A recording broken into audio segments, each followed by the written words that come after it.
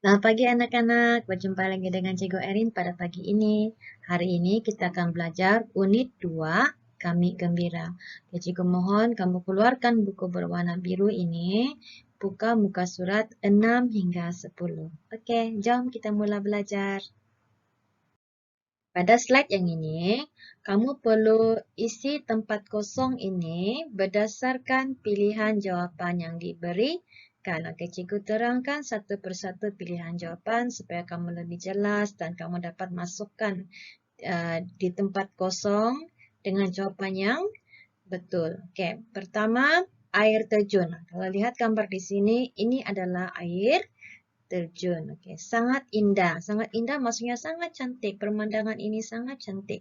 Oke, jadi air terjun ini pemandangan dia sangat indah. Kamu tidak boleh sebut sangat cantik. Oke, ayat yang sesuai adalah air terjun ini pemandangannya sangat indah.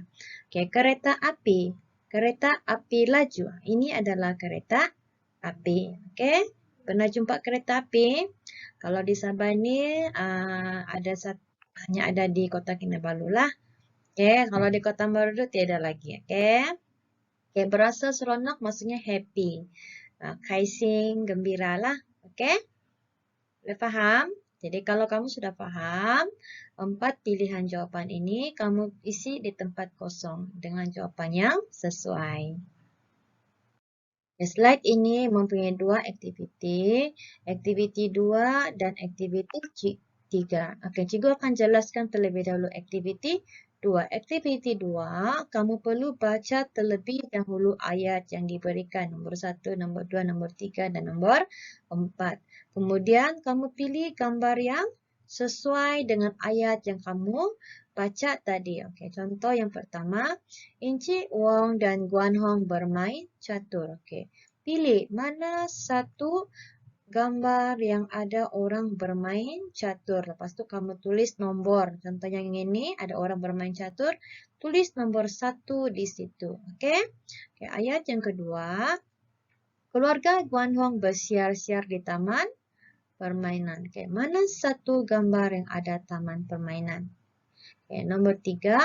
Guan Hong dan adiknya bermain layang-layang dengan gembiranya. Oke, pilih mana satu. Oke, ibu membawa Guan Hong membeli barangan di pasar raya. Oke, tulis nomor di ruangan yang disediakan yang ada bulat-bulatnya berdasarkan ayat yang kamu baca tadi.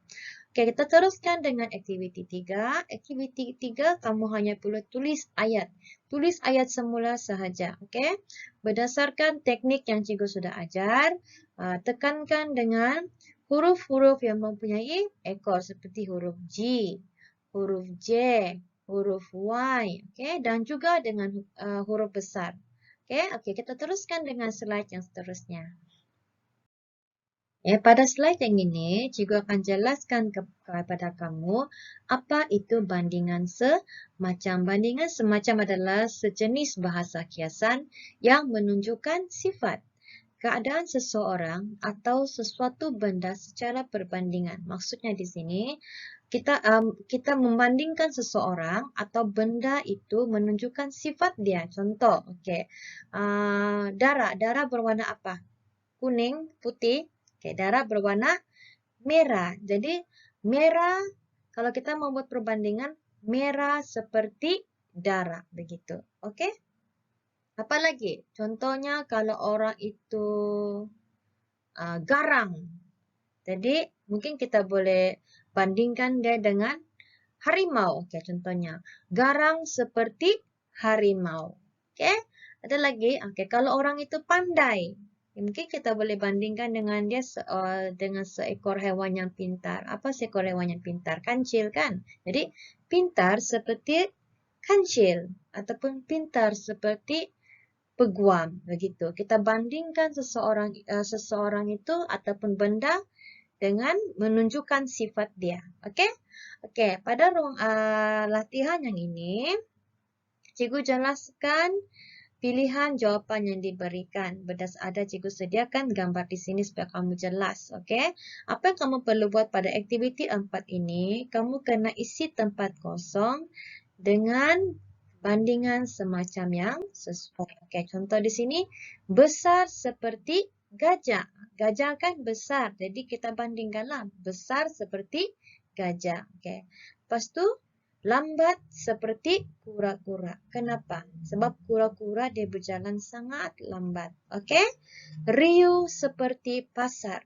Riuh ini maksudnya bising. Kalau kamu pernah pergi pasar ikan, ada orang bilang, beli ikan seringgit sekilo, 10 ringgit. Nah, itu yang bising-bising itu maksudnya riuh. Oke, riuh seperti pasar. Jadi, kamu pilih mana yang sesuai berdasarkan petikan yang kamu baca. Oke, isi tempat kosong ini. Oke, boleh?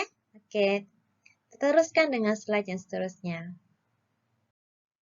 Aktiviti 5 kamu perlu buat adalah lengkapkan ayat dengan kata nama khas yang diberikan. Oke, tengok gambar.